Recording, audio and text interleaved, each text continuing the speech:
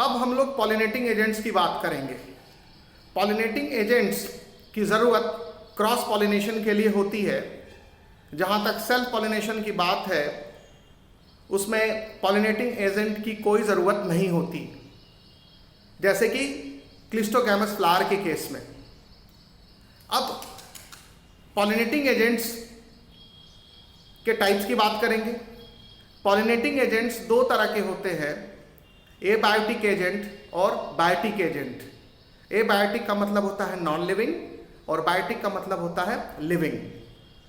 तो जब किसी नॉन लिविंग एजेंट के जरिए पॉलन ग्रेन का ट्रांसफर एंथर से स्टिग्मा तक होता है तो इसको बोला जाएगा pollination by help of abiotic agents. और जब किसी लिविंग ऑर्गेनिजम्स के द्वारा पॉलन ग्रेन का ट्रांसफर एंथर से स्टिग्मा तक होगा तो इसको कहा जाएगा कि pollination by help of biotic agents, जैसे एनिमल्स के जरिए। तो एनिमल्स के जरिए अगर पॉलिनेशन हो रहा है तो ये बायोटिक एजेंट के रूप में जाने जाएंगे, और यदि विंड और वाटर के जरिए पॉलिनेशन हो रहा है तो ये एबायोटिक एजेंट के रूप में जाने जाएंगे। तो आप देखें कि जो पॉलिनेटिंग एजेंट्स होते हैं वो दो तरह के होते हैं, एबायोटिक और बायोटिक। तो एबायोटिक पॉलिनेटिंग एजेंट और बायोटिक पॉलिनेटिंग एजेंट। जो एबायोटिक पॉलिनेटिंग एजेंट होते हैं ये नॉन लिविंग होते हैं, नॉन लिविंग एजेंट्स हैं, और जो बायोटिक पॉलिनेटिंग एजेंट्स होते हैं ये लिविंग एजेंट्स होते हैं, मतलब ये लिविंग ऑर्गेनिजम्स होंगे। जो एबायोटिक पॉलिनेटिंग एजेंट्स होते हैं वो दो तरह के होते हैं, विंड एंड वाटर। जबकि जो बायोटिक पॉलिनेटिंग एजेंट्स होते हैं उनके एग्जाम्पल्स हैं एनिमल्स। अब यहां पर आप ध्यान रखिएगा कि ज़्यादातर एंजियोस्पर्मिक प्लांट्स में जो पॉलिनेशन देखा जाता है वो बायोटिक एजेंट के जरिए होता है। तो बायोटिक एजेंट के जरिए पॉलिनेशन जो होता है वो मोर कॉमन होता है, मोर कॉमन इन एंजियोस्पर्म्स। तो एंजियोस्पर्म्स में या ज़्यादातर प्लांट जो होते हैं वो बायोटिक एजेंट के जरिए पॉलिनेशन दिखाते हैं, और बहुत कम एंजियोस्पर्मिक स्पीशीज होती हैं जिनमें एबायोटिक एजेंट के जरिए पॉलिनेशन होता है, यानी कि वाटर के द्वारा पॉलिनेशन या विंड के द्वारा पॉलिनेशन आप बहुत कम देखे होंगे एंजियोस्पर्मिक प्लांट्स में। इसके बाद आपको यहाँ ध्यान रखना है कि जब पॉलिनेशन एबायोटिक एजेंट के द्वारा होता है तो इसमें पॉलन ग्रेन स्टिग्मा पर पहुंचेगा ही, इसकी सर्टेनिटी नहीं होती है, ये बहुत अनसर्टेन होता है। तो इसलिए चांस फैक्टर होता है कि पॉलन ग्रेन को यदि विंड या वाटर लेके जा रहा है तो वो पॉलन ग्रेन स्टिग्मा तक पहुंचेगा ही। तो याद रखेंगे कि एबायोटिक एजेंट के जरिए जब पॉलिनेशन होता है तो पॉलन ग्रेन का स्टिग्मा तक पहुंचना वो चांस फैक्टर है, चांस फैक्टर है, यानी कि पॉलन ग्रेन स्टिग्मा तक जाएगा इसकी कोई गारंटी नहीं है। और दूसरा कि एबायोटिक एजेंट के जरिए जब पॉलन ग्रेन का ट्रांसफर होता है तो उसमें पॉलन ग्रेन का बहुत ज़्यादा लॉस भी होता है, क्योंकि वाटर और विंड के फ्लो का डायरेक्शन फिक्स नहीं होता है। मान लीजिए स्टिग्मा किसी और तरफ है और वाटर और विंड का फ्लो किसी और दिशा में हो रहा है तो बहुत सारे पॉलन ग्रेन का लॉस भी होता है। तो लॉस ऑफ पॉलन ग्रेन, ये दो चीजें बहुत ज्यादा कॉमन होती हैं एबायोटिक एजेंट के जरिए जब पॉलिनेशन आप देखते हैं।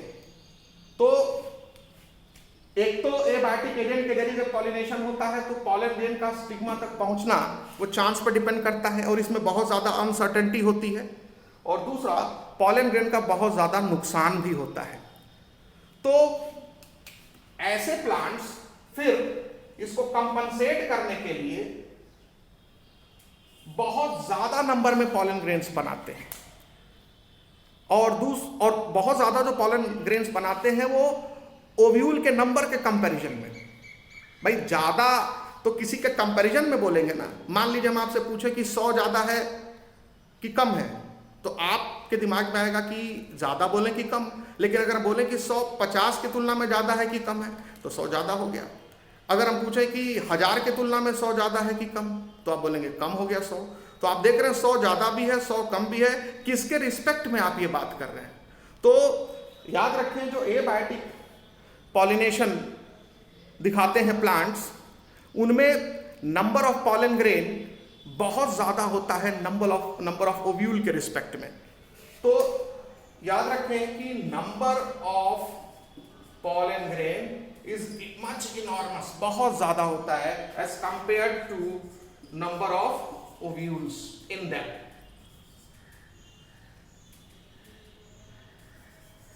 अब देखें, तो आपको यहां पर एक चीज समझ में आ गई कि to compensate the chance of uncertainty of pollen grain reaching the stigma and the loss of pollen grain, plant produces enormous amount of pollen grain as compared to number of ovules present in them। तो ये आपको बहुत ही ध्यान रखने की जरूरत होगी यहां पर।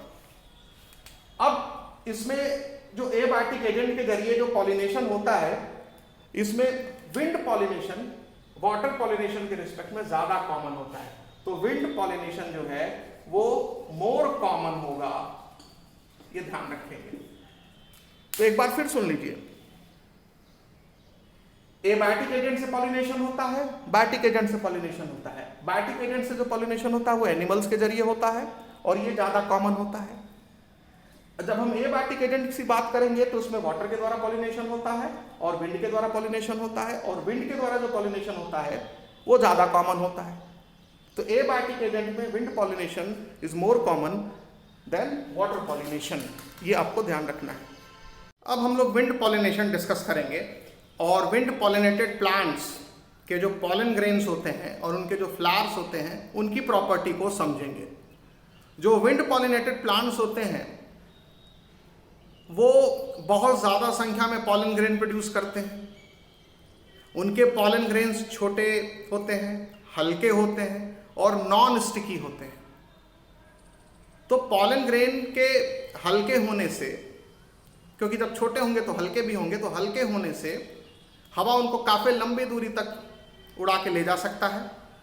और जब पॉलन ग्रेन्स नॉन स्टिकी होते हैं वो हवा के संपर्क में आने वाले किसी ऑब्जेक्ट से चिपकते नहीं हैं, तो हवा उनको और आगे तक लेके जा सकता है उस ऑब्जेक्ट से भी, क्योंकि पॉलन ग्रेन उस ऑब्जेक्ट से चिपके ही नहीं। तो याद रखें कि पॉलन ग्रेन का छोटा होना, हल्का होना और नॉन स्टिकी होना और बहुत ज़्यादा मात्रा में बनना, क्योंकि लॉस भी बहुत ज़्यादा होता है, ये कैरेक्टरिस्टिक फीचर है विंड पॉलिनेटेड प्लांट्स के पॉलन ग्रेन्स का। तो आइए इसको आप मेंशन कर लीजिए कि विंड पॉलिनेटेड प्लांट्स के जो पॉलन ग्रेन्स होते हैं वो produced in very large amount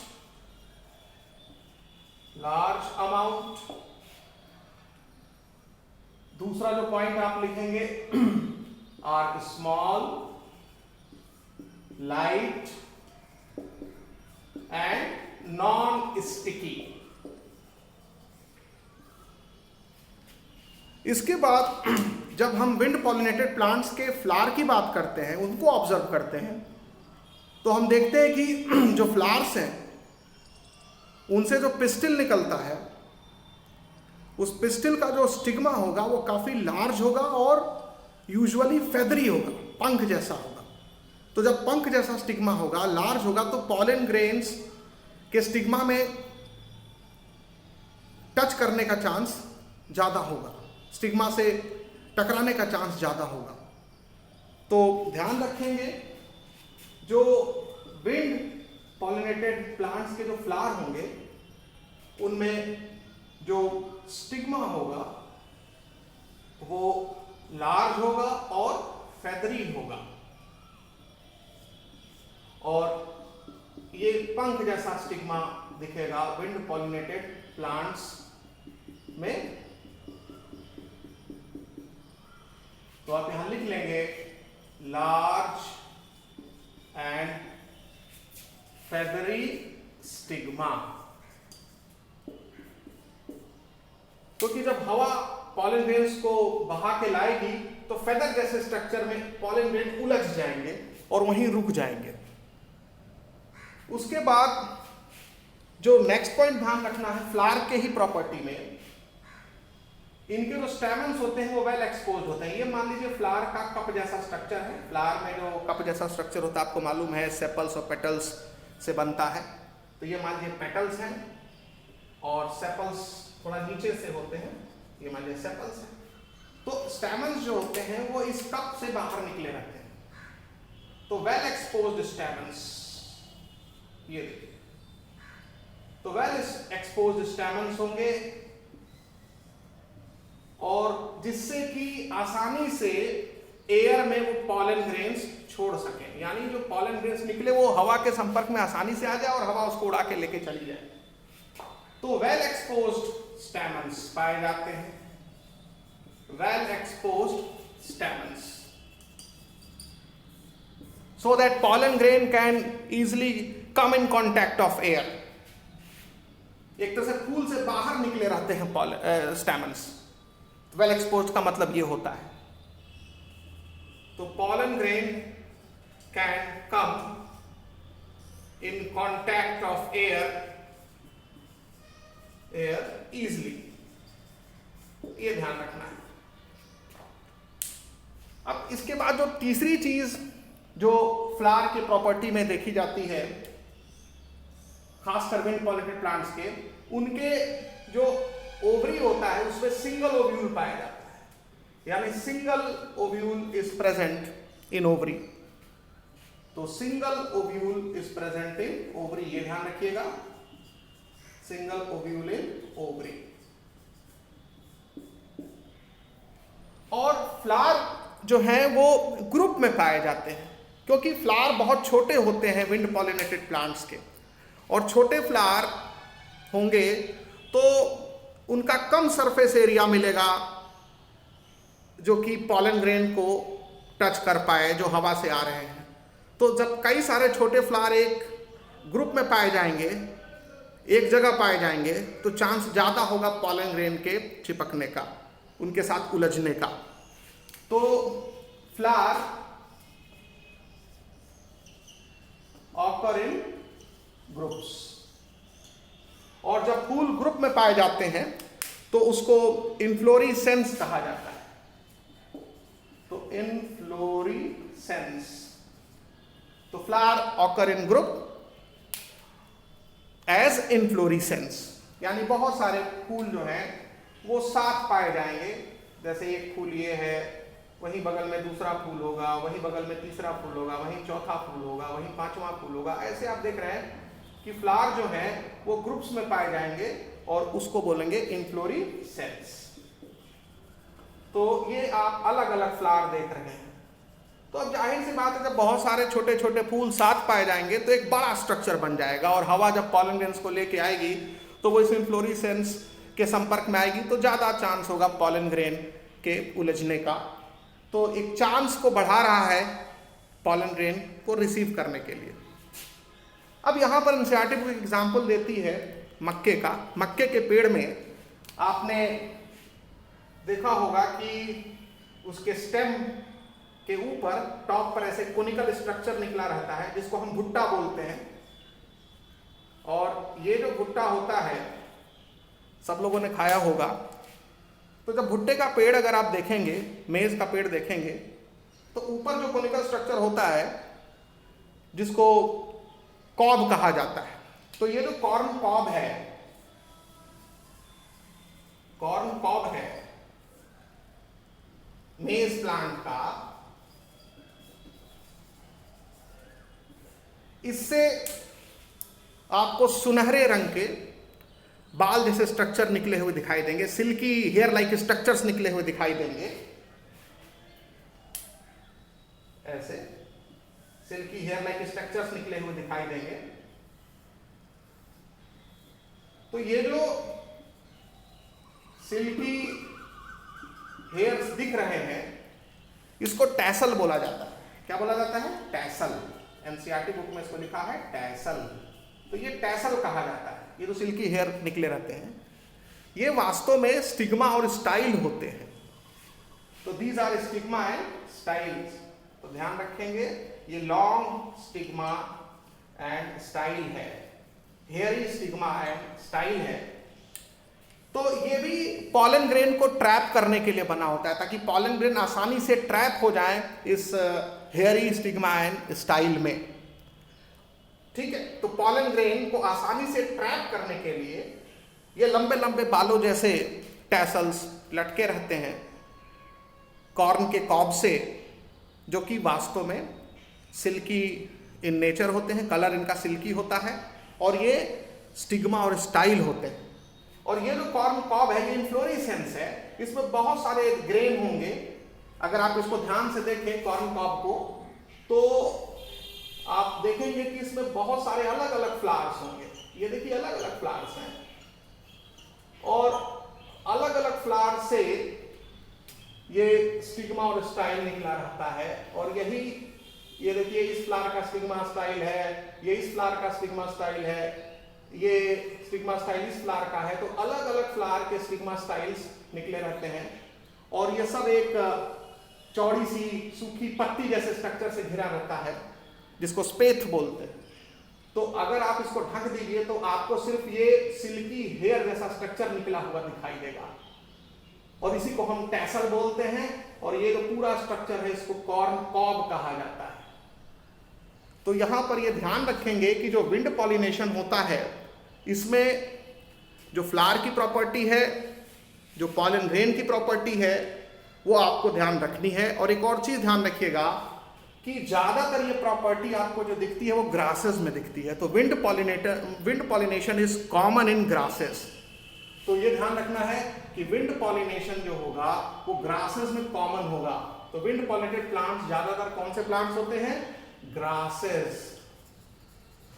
तो ग्रास फैमिली जैसे वीट है, राइस है, मेज है, इनमें विंड पॉलिनेशन देखा जाता है। ग्रामनी फैमिली के मेंबर्स, पोएसी फैमिली के मेंबर्स, ये सारे हैं। अब हम वाटर पॉलिनेशन के बारे में डिस्कशन करेंगे।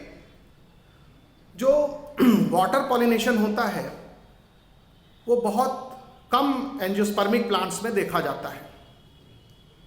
लगभग 30 जेनरा एंजियोस्पर्म्स के ऐसे हैं जिनमें वाटर पॉलिनेशन देखा जाता है और ज़्यादातर इनमें मोनोकॉट्स हैं। तो आप ये ध्यान रखिएगा कि मोनोकॉट्स में विंड पॉलिनेशन भी होता है। ग्रास फैमिली एक मोनोकॉट फैमिली है, तो विंड पॉलिनेशन भी मोनोकॉट्स में देखा जाता है। कुछ डाइकॉट्स भी विंड पॉलिनेशन दिखाते हैं। उसी तरह से वाटर पॉलिनेशन भी ज़्यादातर मोनोकॉट्स में ही देखा जाता है। और यहाँ पर एंजियोस्पर्म्स के लगभग 30 जेनरा ऐसे हैं जिनमें वाटर पॉलिनेशन का जिक्र है। अब प्लांट्स को पॉलिनेशन के लिए वाटर की जरूरत पड़ती है, ये आपको पता चल गया। लेकिन कुछ प्लांट्स ग्रुप्स ऐसे भी हैं जिनके बारे में आप पहले भी जिक्र सुने होंगे लोअर क्लासेस में, जैसे एल्गी है, ब्राफाइटा है, टेरिडोफाइटा है। इनमें पॉलिनेशन नहीं होता है, इनमें पॉलन ग्रेन्स बनते ही नहीं है, तो पॉलिनेशन का सवाल ही नहीं है। लेकिन इनमें फर्टिलाइजेशन देखा जाता है, जो कि धरती के हर प्लांट्स में देखा जाता है, जो कि सेक्सुअल रिप्रोडक्शन दिखाते हैं। तो एल्गी, ब्राफाइटा, टेरिडोफाइटा में फर्टिलाइजेशन के लिए पानी ज़रूरी होता है, क्योंकि पानी में ही मेल गैमीट तैरते हुए फीमेल गैमीट तक पहुंचते हैं और फर्टिलाइजेशन संभव हो पाता है। तो ध्यान रखिए, एल्गी, ब्राफाइटा, टेरिडोफाइटा को पानी की ज़रूरत पड़ती है फर्टिलाइजेशन के लिए या ट्रांसफर ऑफ मेल गैमीट के लिए। और कुछ एंजियोस्पर्मिक प्लांट्स को, जिसमें ज़्यादातर मोनोकॉट होते हैं, लगभग 30 जनरा ऐसे हैं, इनको पानी की जरूरत पड़ती है पॉलिनेशन के लिए, पॉलन ग्रेन के ट्रांसफर के लिए। तो ये कंपैरिजन दिया गया है एनसीईआरटी बुक में, इसको ध्यान रखिएगा।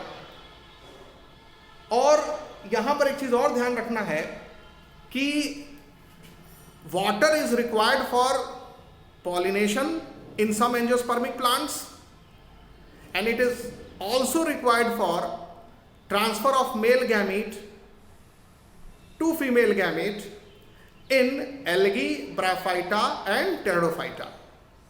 एल्गी, ब्रायोफाइटा और टेरिडोफाइटा को लोअर प्लांट ग्रुप कहा जाता है, इनको लेस डेवलप्ड प्लांट ग्रुप माना जाता है।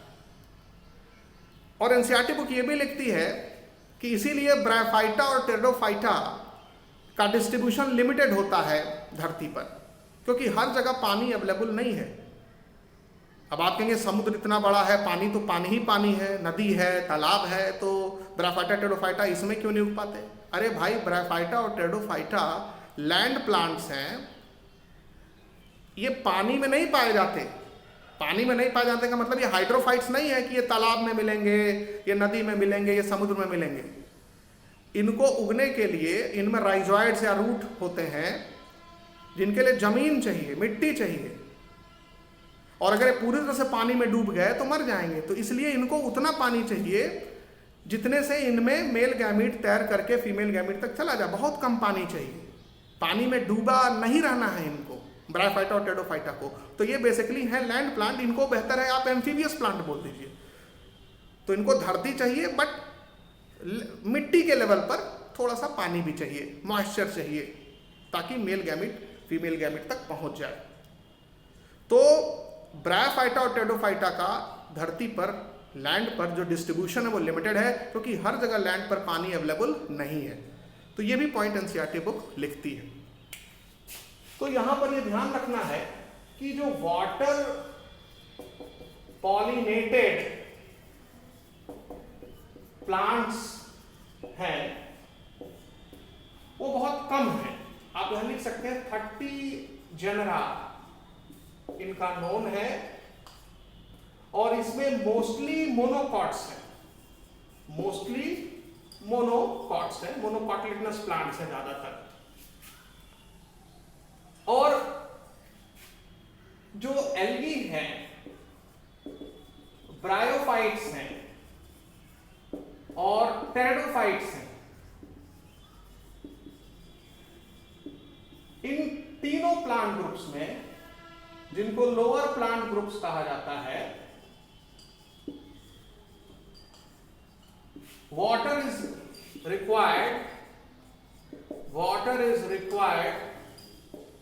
for transfer of male gametes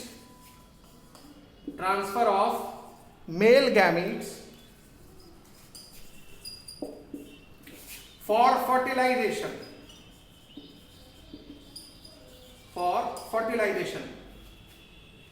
ये चीज हम लोगों ने समझ ली है।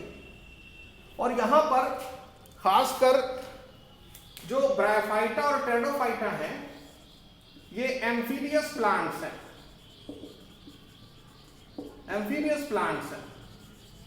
एल्गी तो ज्यादातर एक्वेटिक हैं, पानी में डूबे रहते हैं, लेकिन ब्रायोफाइटा और टेरिडोफाइटा ये एम्फीबियस प्लांट्स हैं, इनको शैलो वाटर चाहिए होता है, कम पानी चाहिए होता है, बट पानी जरूरी है। तो ये इनमें आप देखेंगे कि इनका डिस्ट्रीब्यूशन लिमिटेड होता है, लिमिटेड डिस्ट्रीब्यूशन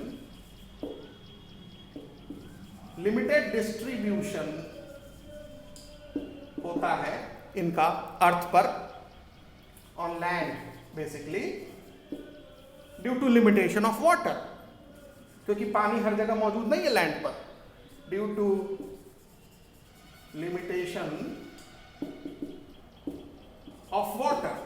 अब आप अपने घर से चलेंगे तो रास्ते में आपको तमाम तरह के पेड़ पौधे देखने को मिलेंगे, लेकिन आपको ब्रायोफाइटा टेरिडोफाइटा आसानी से देखने को नहीं मिलेगा, क्योंकि हर जगह लैंड पर पानी नहीं है जिससे कि इनमें फर्टिलाइजेशन में सपोर्ट हो सके। वाटर पॉलिनेशन के एग्जाम्पल्स की बात करेंगे। आपको ऐसा लगता होगा कि जितने भी एक्वेटिक प्लांट्स हैं उन सभी में वाटर पॉलिनेशन देखा जाता होगा, जबकि ऐसा सही नहीं है। केवल कुछ ही एक्वेटिक प्लांट्स होते हैं जिनमें वाटर पॉलिनेशन देखा जाता है। ज़्यादातर एक्वेटिक प्लांट्स में वाटर पॉलिनेशन नहीं देखा जाता है। इन एक्वेटिक प्लांट्स में या तो विंड के द्वारा या इंसेक्ट के द्वारा पॉलिनेशन होता है। अब आइए हम देखते हैं कि कौन कौन से एक्वेटिक प्लांट्स हैं जिनमें वाटर पॉलिनेशन ऑब्जर्व किया जाता है। अब इसमें जो एक्वेटिक प्लांट्स हैं उनमें कुछ फ्रेश वाटर प्लांट्स हैं और कुछ मरीन प्लांट्स हैं। मरीन मतलब समुद्र में पाए जाने वाले प्लांट्स हैं जिनमें वाटर पॉलिनेशन देखा जाता है। जो एक्वेटिक प्लांट्स, जो फ्रेश वाटर प्लांट्स हैं, उनमें वैलिस्नेरिया का नाम सुना होगा आपने, और हाइड्रिला का नाम सुना होगा। बहुत ही फेमस प्लांट है, तमाम एक्सपेरिमेंट में इसका नाम आपने सुना होगा, हाइड्रिला का, फोटोसिंथेटिक एक्सपेरिमेंट में। तो वैलिस्नेरिया और हाइड्रिला ये फ्रेश वाटर प्लांट है। ये तालाब में, नदियों में, झीलों में पाए जाते हैं।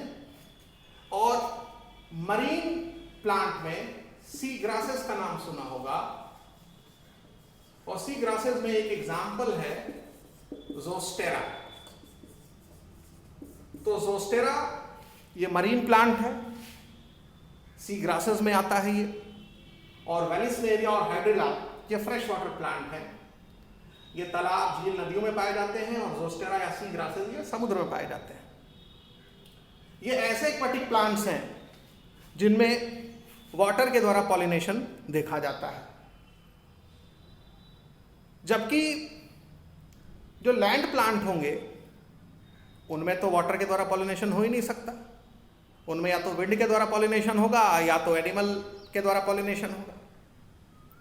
और यहां ध्यान रखिएगा, जैसा कि हमने पहले भी आपसे बोला है कि एक्वेटिक प्लांट में केवल कुछ ही एक्वेटिक प्लांट होते हैं जो वाटर के द्वारा पॉलिनेशन दिखाते हैं, जबकि मोस्ट एक्वेटिक प्लांट जो होंगे, मोस्ट एक्वेटिक प्लांट्स, इनमें वाटर नहीं हिस्सा लेता पॉलिनेशन में। अब मोस्ट एक्वेटिक प्लांट में जैसे एग्जाम्पल के लिए लोटस है, कमल जिसको कहा जाता है, वाटर लिली है, वाटर लिली है। मैं कुछ एग्जाम्पल दे रहा हूं बस आपको, इनका नाम आप सुने होंगे। फिर वाटर हाइसिंथ है,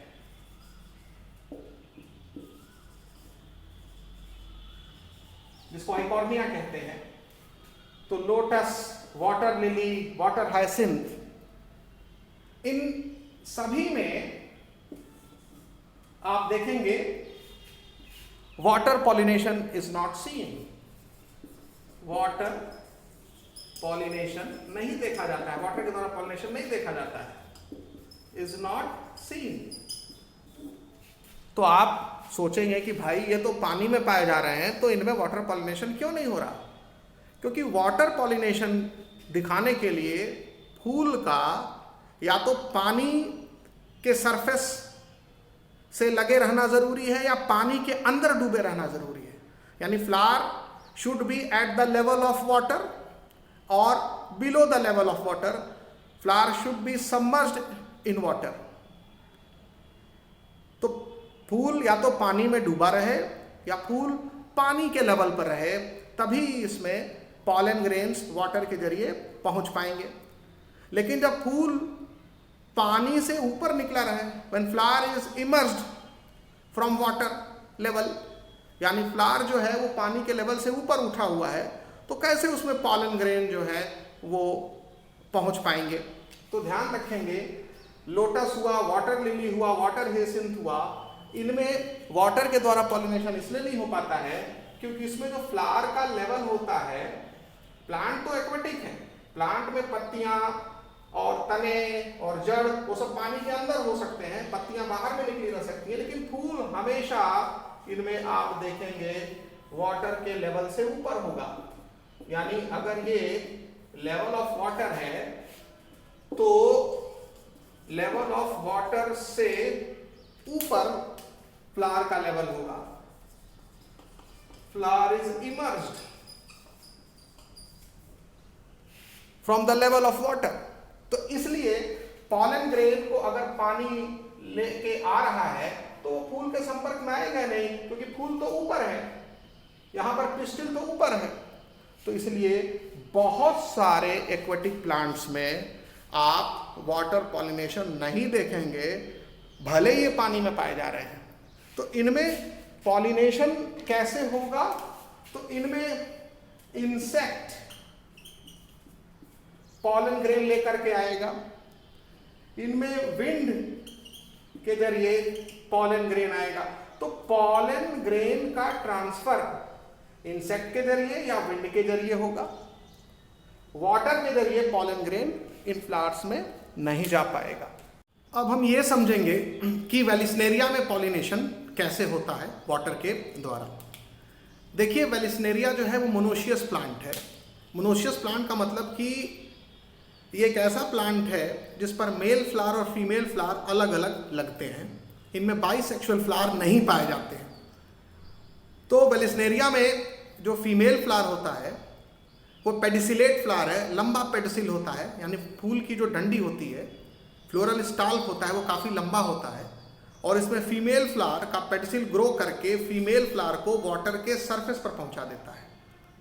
जबकि वेलिस्नेरिया का जो मेल फ्लावर होता है वो सेसाइल होता है। सेसाइल मतलब जिस फूल की डंडी ना हो उस फूल को सेसाइल कहते हैं, यानी the flower that lack pedicel is called sessile flower. तो मेल फ्लावर वेलिस्नेरिया का सेसाइल होता है और इसलिए वो मेल फ्लावर वेलिस्नेरिया प्लांट से डिटैच हो जाता है और पानी में सरफेस पर आ जाता है। या तो मेल फ्लावर को छोड़ दिया जाता है वेलिस्नेरिया प्लांट के द्वारा, या तो उससे पॉलन ग्रेन रिलीज हो जाता है और वो पॉलन ग्रेन ऊपर पहुंच आता है वाटर के सरफेस पर। तो या तो वेलिस्नेरिया का मेल फ्लावर वाटर के सरफेस पर आ जाता है या पॉलन ग्रेन वाटर के सरफेस पर आ जाता है। और फूल तो सरफेस पर आ ही गया है पेडिसिल से, लेकिन वो अटैच्ड है। और जब मेल फ्लावर के स्टेमन्स वाटर करंट के साथ जब मेल फ्लावर पहुंचता है फूल के पास, फीमेल फ्लावर के पास, तो मेल फ्लावर के स्टेमन्स फीमेल फ्लावर के स्टिग्मा के कांटेक्ट में आ जाते हैं, उनके एंथर्स, और पॉलन ग्रेन का ट्रांसफर हो जाता है। या तो सिर्फ पॉलन ग्रेन ही वाटर करंट के साथ तैर करके पहुंच जाते हैं वेलिस्नेरिया का जो फीमेल फ्लावर सरफेस पर है उसके स्टिग्मा तक। तो इस तरीके से वेलिस्नेरिया में सरफेस पर पॉलिनेशन होता है, यानी कि जो वेलिस्नेरिया है ये मोनोशियस प्लांट का एग्जांपल है।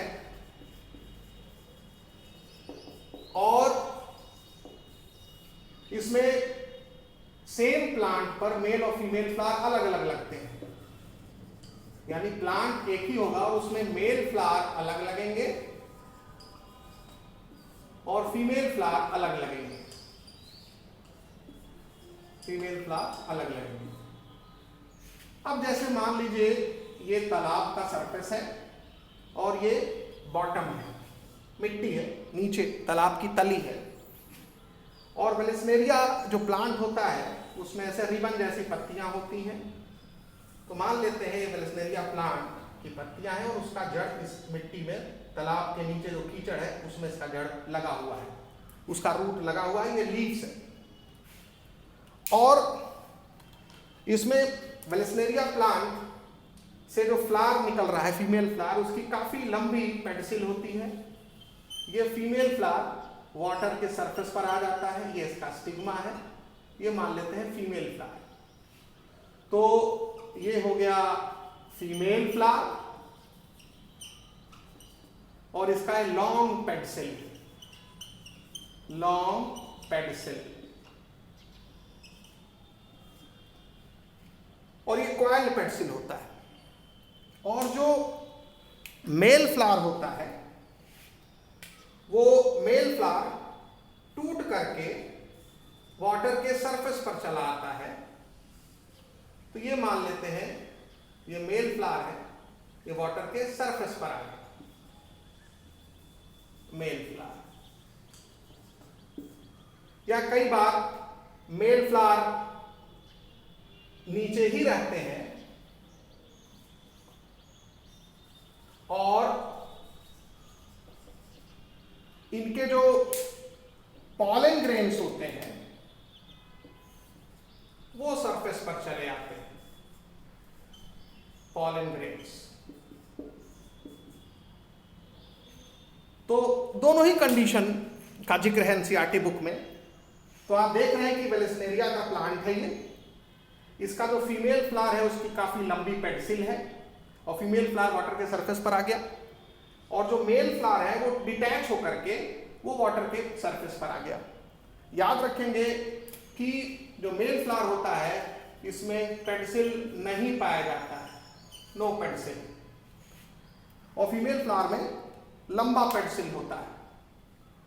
अब ये जो मेल फ्लावर है ये पानी के करंट से, वाटर के करंट से तैरते हुए पैसिवली, तो पैसिवली फ्लोट करते हुए मेल फ्लावर या पॉलन ग्रेन वाटर के सरफेस पर पैसिवली फ्लोट करते हुए पहुंच जाते हैं फीमेल फ्लावर के स्टिग्मा तक और पॉलिनेशन हो जाता है। तो यहां पर सरफेस पॉलिनेशन हो रहा है, सरफेस पॉलिनेशन हो रहा है वेलिस्नेरिया के प्लांट में। और ध्यान रखना है कि जो वेलिस्नेरिया है इसमें फीमेल फ्लावर आफ्टर पॉलिनेशन और फर्टिलाइजेशन, ये जो स्टाल का आप देख रहे हैं ये फिर से रिड्यूस हो जाता है और फ्लावर को फिर नीचे खींच लिया जाता है। ये बड़ी यूनिक चीज है, इसका जिक्र एनसीईआरटी बुक में नहीं है। तो ये हो गया कि वेलिस्नेरिया में जो पॉलिनेशन होता है वो सरफेस पर होता है, यानी मेल फ्लावर और फीमेल फ्लावर दोनों सरफेस पर आ जाते हैं और सरफेस पर ही पॉलन ग्रेन या मेल फ्लावर डायरेक्टली जाकर के स्टिग्मा से अटैच हो जाता है। मेल फ्लावर का जो स्टेमन है उसका जो एंथर है वो स्टिग्मा के संपर्क में आ जाता है और पॉलिनेशन की प्रक्रिया जो है वो संपन्न हो जाती है। अब हम लोग ज़ोस्टेरा में वाटर पॉलिनेशन को डिस्कस करेंगे। Zostera is an example of sea grass. ये मरीन प्लांट है, समुद्र में पाया जाता है, जैसा कि आपको पहले भी बताया जा चुका है। और ज़ोस्टेरा भी मोनोशियस प्लांट का एग्जाम्पल, जैसे कि वेलिस्नेरिया। तो मोनोशियस प्लांट है ज़ोस्टेरा, यानी कि सेम प्लांट पर मेल फ्लावर और फीमेल फ्लावर दोनों ही पाए जाते हैं, इनमें बाइसेक्सुअल फ्लावर नहीं पाए जाते।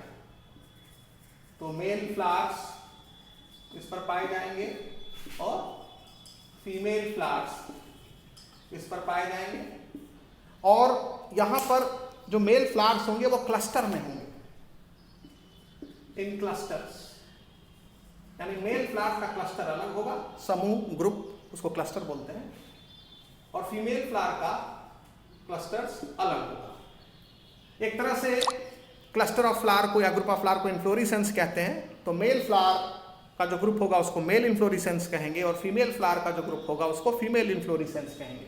तो ज़ोस्टेरा में मेल इन्फ्लोरिसेंस और फीमेल इन्फ्लोरिसेंस पाया जाता है, इन्फ्लोरिसेंस पाया जाता है। तो Zostera contains male inflorescence and female inflorescence. अब इसमें पॉलिनेशन जो होता है वो वाटर के सरफेस पर नहीं होता है, बल्कि वाटर के सरफेस से नीचे होता है, यानी अंडर सरफेस पॉलिनेशन होता है ज़ोस्टेरा में, क्योंकि ज़ोस्टेरा एक सबमर्ज्ड प्लांट है। वेलिस्नेरिया भी सबमर्ज्ड प्लांट है, लेकिन उसमें उसका फ्लावर जो है वो सरफेस पर आ जा रहा है, लेकिन ऐसा ज़ोस्टेरा में नहीं होता। ज़ोस्टेरा में जो फ्लावर होते हैं वो पानी के अंदर डूबे रहते हैं, पानी के सरफेस पर नहीं आते, इसलिए ज़ोस्टेरा में पॉलिनेशन अंडर सरफेस पॉलिनेशन है, पानी के अंदर ही अंदर पॉलिनेशन हो जाता है। तो आप देखें, ये मान लीजिए समुद्र का सरफेस है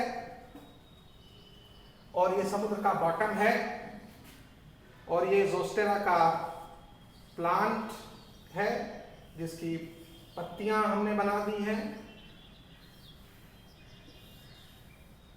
और मान लेते हैं कि ज़ोस्टेरा का ये फीमेल इन्फ्लोरिसेंस है जिस पर ये फीमेल फ्लावर्स लगे हुए हैं। तो इसको हम फीमेल इनफ्लोरेसेंस कह सकते हैं। और ये मान लेते हैं ज़ोस्टेरा का मेल इनफ्लोरेसेंस है, जिस पर मेल फ्लावर लगे हुए हैं, तो इसे आप लिख लें मेल इनफ्लोरेसेंस, और इस पर मेल फ्लावर है।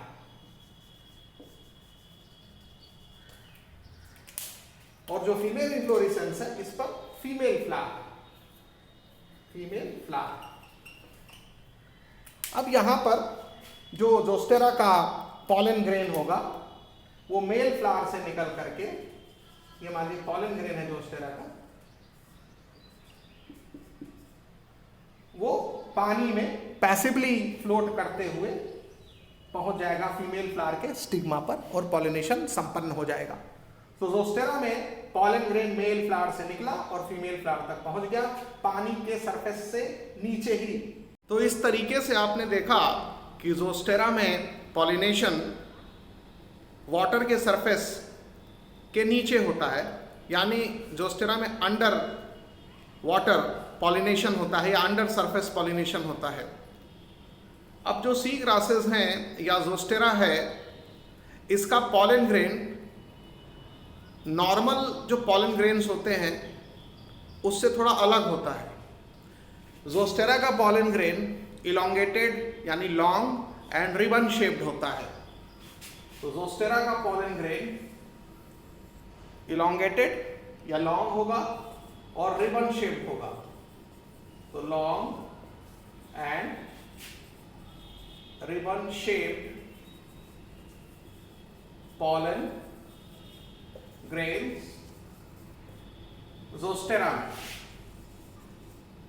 या आप सी ग्रासेस भी कह सकते हैं। अब एनसीईआरटी बुक एक जिक्र करती है कि in most water pollinated species pollen grains are protected from wetting by covering of a mucilaginous sheath, यानी म्यूसिलेज का एक आवरण होता है पॉलन ग्रेन के चारों ओर, जो पॉलन ग्रेन को पानी से भीगने से बचाता है, और ये ज़्यादातर वाटर पॉलिनेटेड प्लांट स्पीशीज में देखा जाता है।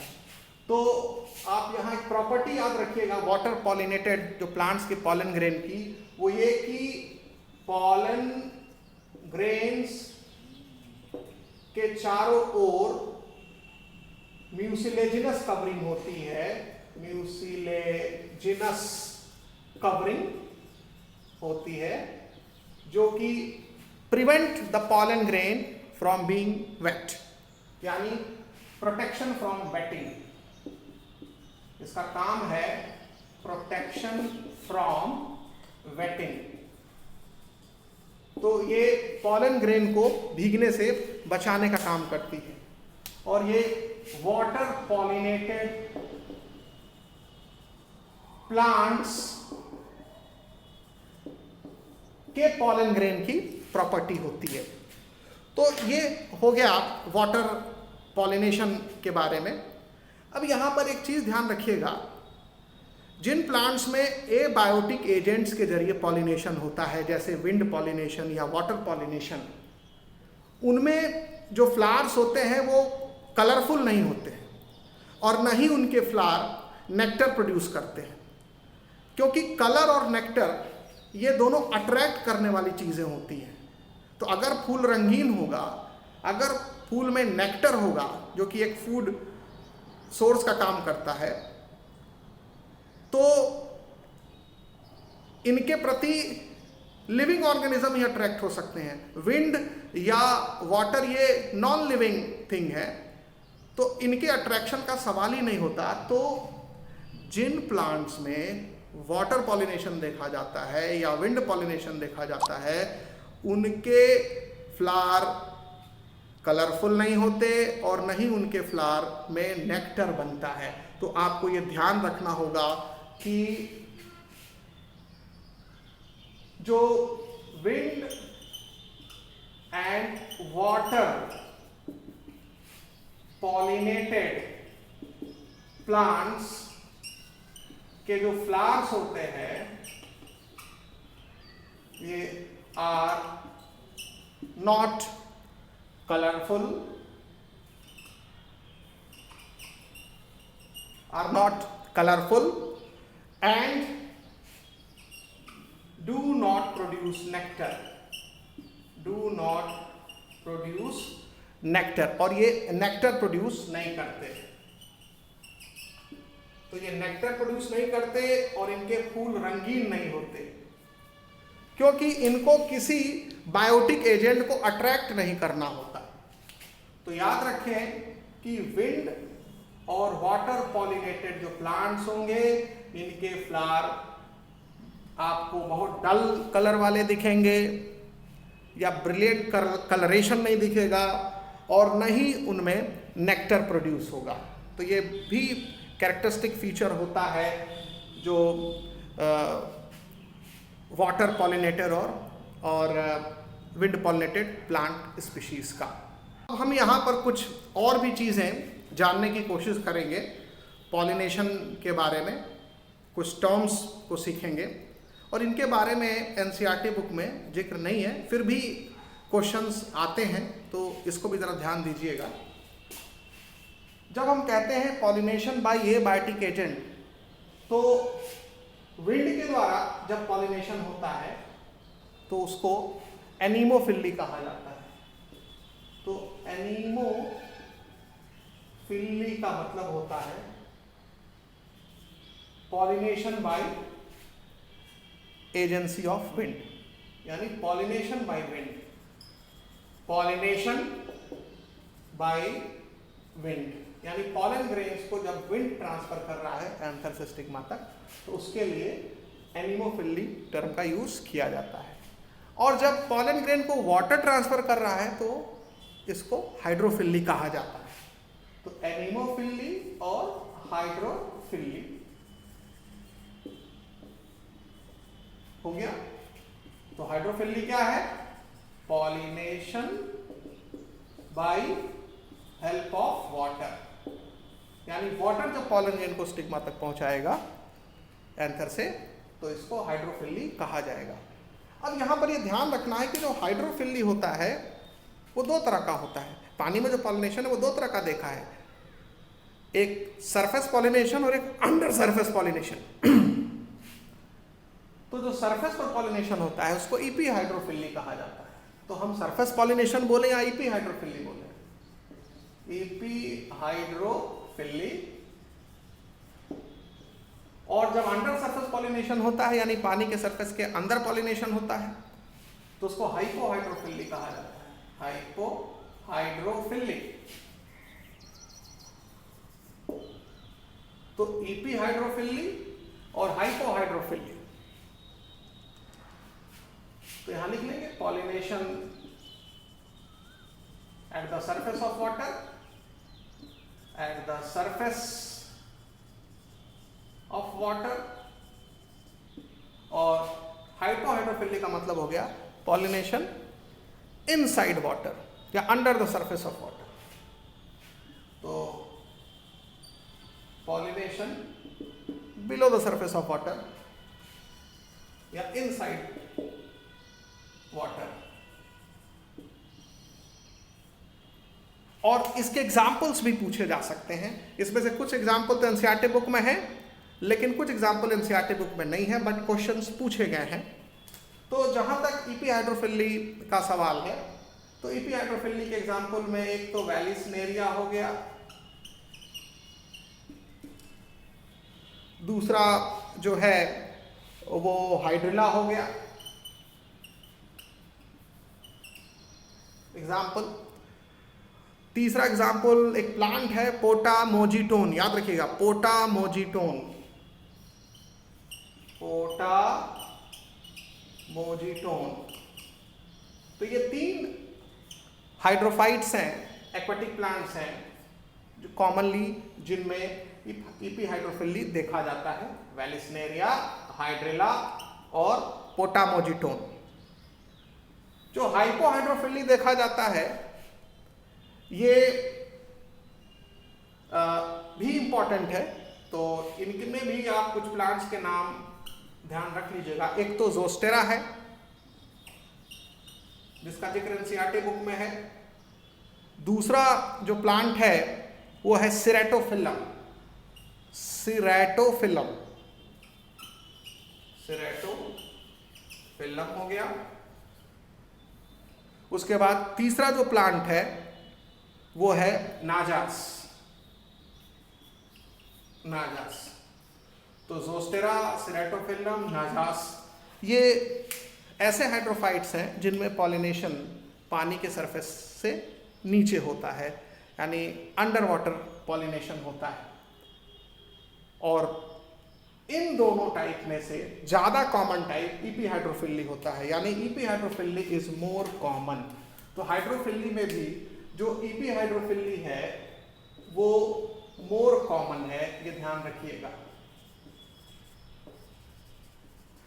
मोर कॉमन है। ठीक है। अब एक और टर्म आता है जब एनिमल के द्वारा पॉलिनेशन होता है, बायोटिक एजेंट के द्वारा पॉलिनेशन होता है, तो बायोटिक एजेंट में तो एनिमल्स आते हैं, तो उनको जूफिली कहा जाता है। क्या कहा जाता है? जूफिली। तो यहाँ पर जूफिली भी लिख लेंगे।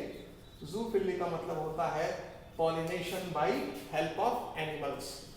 तो पॉलिनेशन बाय एनिमल्स, तो इसे जूफिली कहा जाए। अब हम बायोटिक एजेंट्स के द्वारा पॉलिनेशन का डिस्कशन करेंगे। जैसा कि आपको पता है कि ज़्यादातर फ्लावरिंग प्लांट्स में, यानी कि एंजियोस्पर्म्स में, पॉलिनेशन जो होता है वो बायोटिक एजेंट्स के जरिए होता है, एनिमल्स के जरिए होता है, और इसी को जूफिली भी कहा जाता है। तो जो एनिमल्स कॉमन पॉलिनेटर्स होते हैं उनके नाम पहले जान लीजिए। और ज़्यादातर ये एनिमल साइज में छोटे होते हैं। अब बड़े साइज का एनिमल आसानी से फूल तक नहीं पहुंच सकता, क्योंकि फूल की साइज छोटी होती है। तो ज़्यादातर जो पॉलिनेटर्स होते हैं फूल तक पहुंचते हैं तभी जब उनकी साइज छोटी होती है। तो मोस्ट कॉमन पॉलिनेटर्स जो होंगे वो स्मॉलर इन साइज होंगे। अब उसमें कुछ एग्जाम्पल्स हैं, उनके नाम आप सुन लीजिए। उसमें हनी बीज हैं, बम्बल बीज भी आती हैं, बटरफ्लाइज हैं, फ्लाइज, मॉथ्स, वैस्प आते हैं, बीटल्स आते हैं, फिर बर्ड्स आते हैं। उसमें बर्ड्स में हमिंग बर्ड होता है, सन बर्ड होता है, नाम सुने होंगे, चींटियाँ आती हैं, फिर चमगादड़ आते हैं, बैट्स आते हैं। तो कॉमन जो पॉलिनेटर्स होते हैं आप उनके नाम पहले लिख लीजिए, कॉमन पॉलिनेटर्स। और कॉमन पॉलिनेटर्स की विशेषता एक तो जो समझ में आती है वो ये है कि smaller in size, small animals होते हैं। और कॉमन, ध्यान रखिएगा मैं कॉमन पॉलिनेटर की बात कर रहा हूं। तो इसमें बीज आते हैं, उसमें हनी बी भी हो गया, बम्बल बी भी हो गया। फिर इसमें बटरफ्लाइज आते हैं, बटरफ्लाइज होती हैं, ये भी कॉमन पॉलिनेटर है।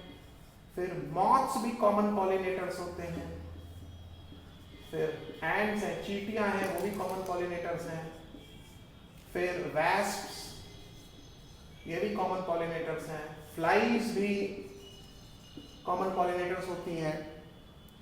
तो ये आपको ध्यान रखना पड़ेगा कि जो कॉमन पॉलिनेटर्स होते हैं वो साइज में छोटे होते हैं, और साइज में छोटे होने के कारण ये आसानी से फ्लावर तक पहुंच जाते हैं।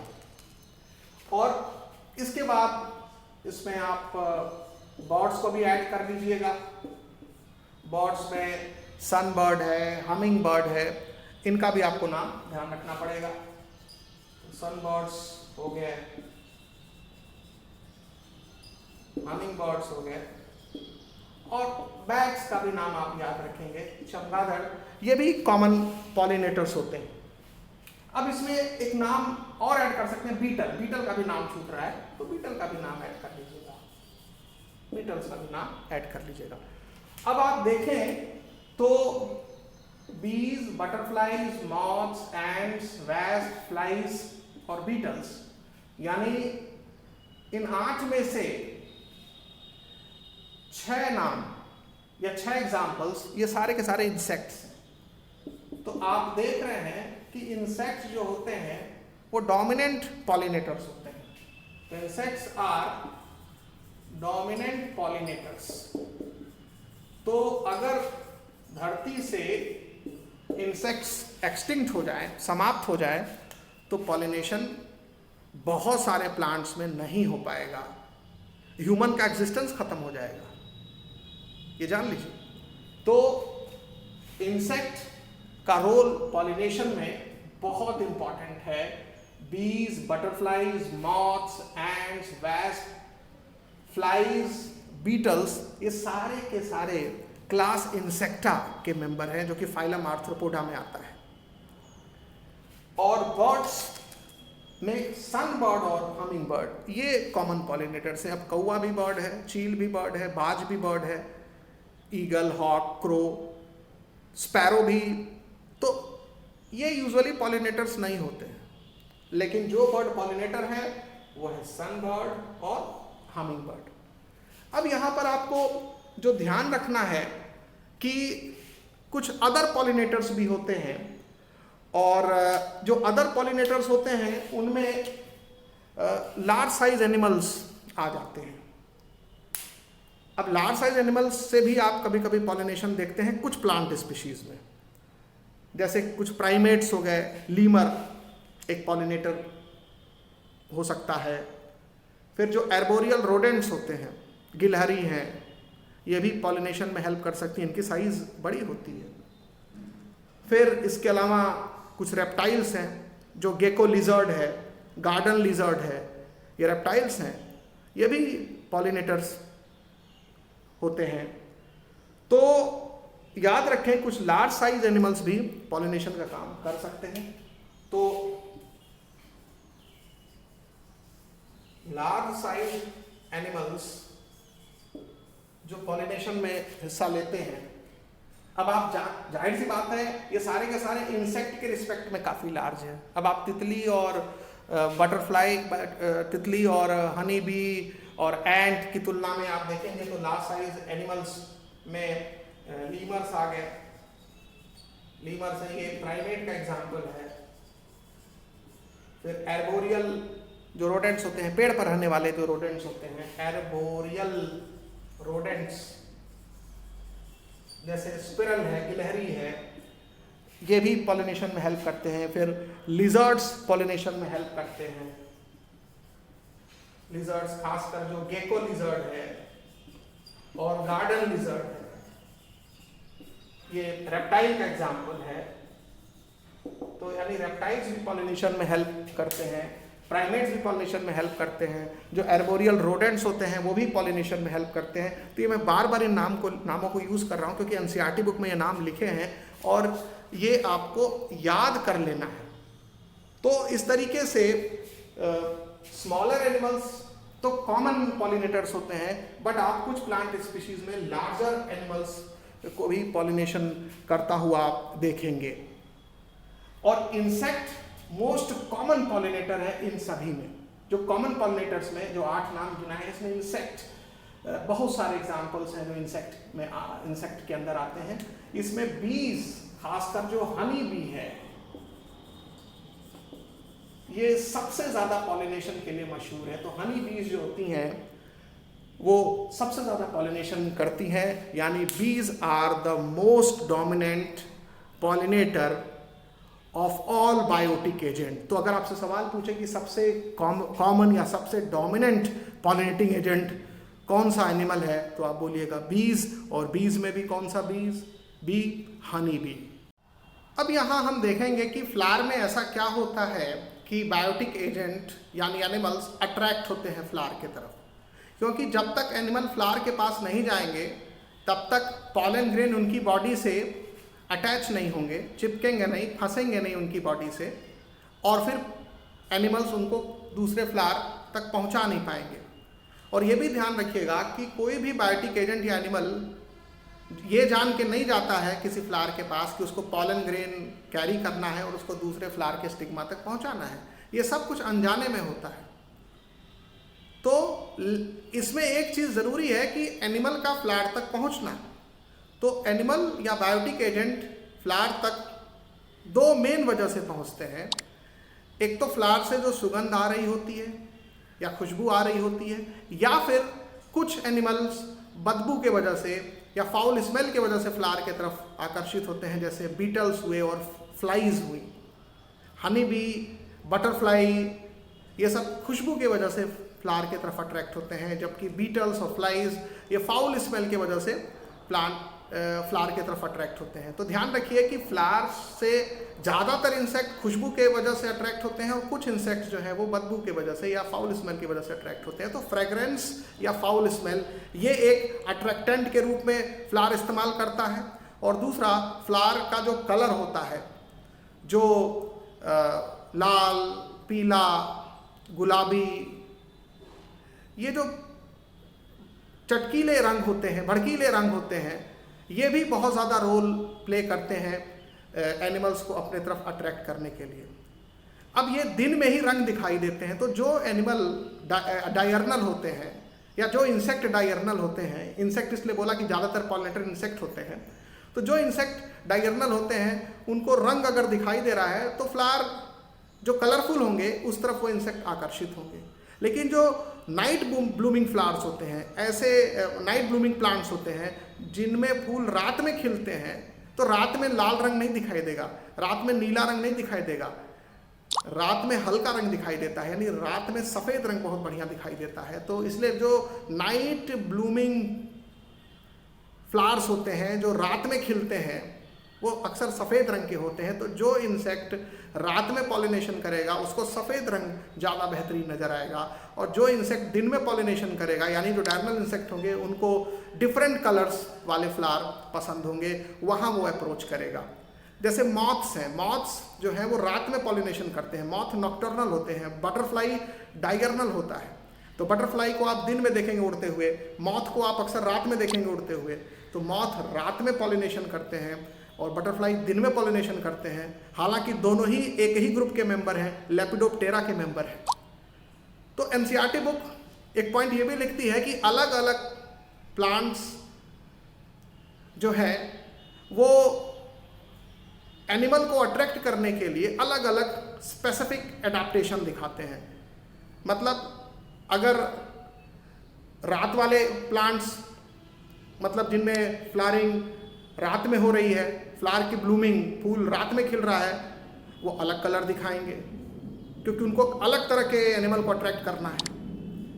दिन वाले जो फ्लावर्स होते हैं जो दिन में ब्लूम करते हैं, दिन में खिलते हैं, वो अलग तरह का कलर दिखाएंगे क्योंकि उनको दिन वाले एनिमल्स को अट्रैक्ट करना है। तो एनसीईआरटी बुक इस पॉइंट को मेंशन करती है कि often flowers of animal pollinating plants are specifically adapted for a particular species of animals. तो आइए इस चीज को हम समझते हैं और लिखते भी हैं। तो फ्लावर में दो चीजें हैं, एक तो कलर और दूसरा फ्रैग्रेंस या फाउल स्मेल। फाउल स्मेल, क्योंकि यही दो चीज है जो दूर से एनिमल को अपने तरफ खींचती है। यानी एनिमल अगर दूर भी होगा तो इनको देख लेगा, इनको उसको सूंघ लेगा। तो ये दो चीज है जो अट्रैक्ट करते हैं एनिमल्स को। तो अट्रैक्ट एनिमल्स या बायोटिक पॉलिनेटर्स, बायोटिक पॉलिनेटर्स, ठीक है। तो ये पॉइंट आप ध्यान रखिएगा। और फ्लावर के पास कुछ चीजें होती हैं जो कि वो रिवार्ड के रूप में इन एनिमल्स को देता है पॉलिनेशन के बदले। भाई एनिमल पॉलिनेशन कर रहा है तो फ्लावर भी तो कुछ देगा, उस पॉलिनेशन की फीस उसके बदले, तो उसको बोला जाता है फ्लोरल रिवार्ड्स। यानी फ्लावर जो है वो जो रिवार्ड देता है फॉर पॉलिनेशन, वो क्या होता है? तो एक तो रिवार्ड जो कॉमन रिवार्ड होता है वो होता है पॉलन ग्रेन्स। पॉलन ग्रेन्स खाने के लिए मिल जाता है एनिमल को, इंसेक्ट को। और दूसरा नेक्टर मिल जाता है एनिमल को या इंसेक्ट को। तो pollen grains and nectar are common rewards for pollination. तो जो एनिमल या इंसेक्ट पॉलिनेशन करते हैं उनको जो कॉमन रिवार्ड मिलता है फ्लावर की तरफ से, प्लांट की तरफ से, वो पॉलन ग्रेन मिलता है और नेक्टर मिलता है। और कुछ को यानी कुछ इंसेक्ट्स को फ्लावर अपने अंदर अंडे देने की जगह भी दे देता है, ताकि इंसेक्ट उस फ्लावर के अंदर जा करके उसके ओवरी में घुस करके अंडे भी दे सके। तो ये अभी आगे इसका जिक्र होगा। अब देखिए, तो हमने आपको ये बताया कि डिफरेंट टाइप के प्लांट्स अलग अलग एनिमल को अट्रैक्ट करने के लिए स्पेसिफिक एडाप्टेशंस दिखाते हैं। अब जैसे जहाँ तक हमने फाउल स्मेल की बात की कि कुछ फ्लावर से फाउल स्मेल निकलता है और वो एनिमल को अट्रैक्ट करता है, तो फाउल स्मेल याद रखिएगा, it attracts beetles and flies. तो बीटल्स एंड फ्लाइज अक्सर फाउल स्मेल के कारण आकर्षित होकर के फ्लावर तक जाते हैं, जबकि मोस्ट इंसेक्ट जो होते हैं वो फ्रेग्रेंस की वजह से अट्रैक्ट होते हैं। मोस्ट इंसेक्ट्स जो होते हैं वो फ्रेग्रेंस की वजह से अट्रैक्ट होकर के फ्लावर तक पहुंचते हैं, सुगंध या खुशबू के वजह से। और एक और चीज याद रखिएगा, जो डायर्नल इंसेक्ट्स होते हैं, डायर्नल इंसेक्ट्स जो दिन में एक्टिव होते हैं, उनको अट्रैक्शन कलरफुल फ्लावर से होता है। यानी जो कलरफुल फ्लावर्स होते हैं वो उनको अट्रैक्ट करते हैं। यानी diurnal insects are attracted towards colourful flowers. अब डायर्नल इंसेक्ट्स में हनी बी है, बटरफ्लाई है कॉमन। तो ये कलरफुल फ्लावर की तरफ अट्रैक्ट होते हैं क्योंकि दिन में ही कलर दिखाई देता है। और जो नॉक्टर्नल इंसेक्ट्स होते हैं जैसे मॉथ है, तो नॉक्टर्नल इंसेक्ट्स जो होंगे जैसे मॉथ्स हुए, ये वाइट कलर के फ्लावर के प्रति आकर्षित होते हैं। यानी वाइट कलर का जो फ्लावर है वो इनको आकर्षित करता है, वाइट फ्लावर इनको आकर्षित करता है, वाइट फ्लावर। क्योंकि रात में वाइट कलर बहुत साफ और अच्छा दिखाई देता है, तो मॉथ्स जो है वो वाइट कलर के प्रति आकर्षित होते हैं। तो moths are attracted towards white flower.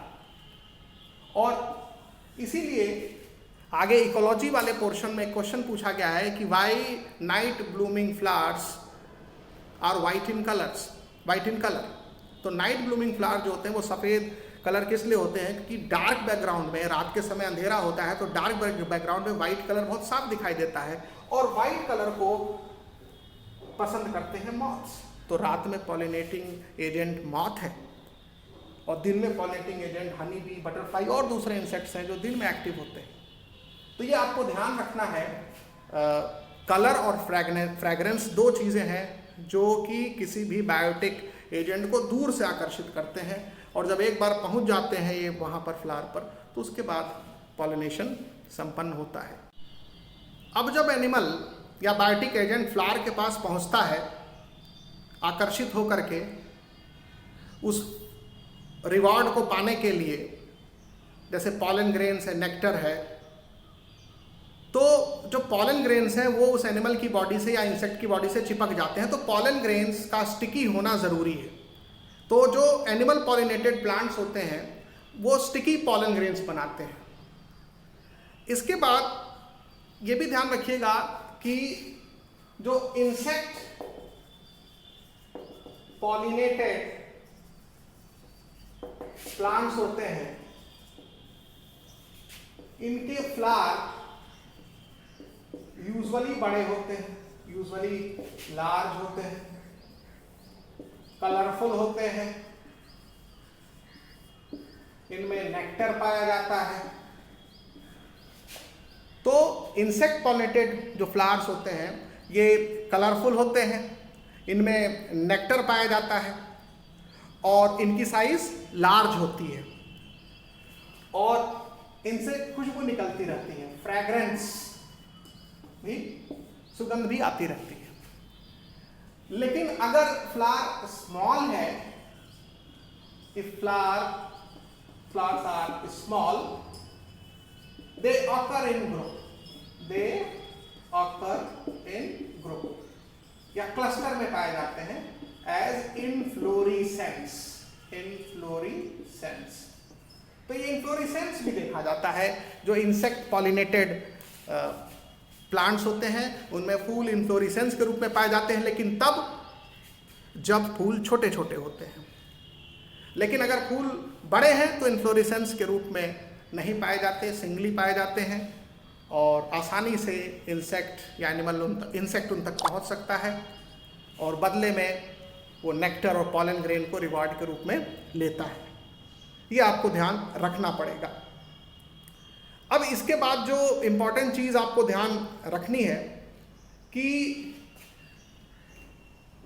Insect चूंकि सबसे ज़्यादा पॉलिनेटिंग करने वाले एजेंट हैं, तो आपको ये जो सारे पॉइंट्स हैं वो इंसेक्ट के रेफरेंस में ही याद रखने हैं।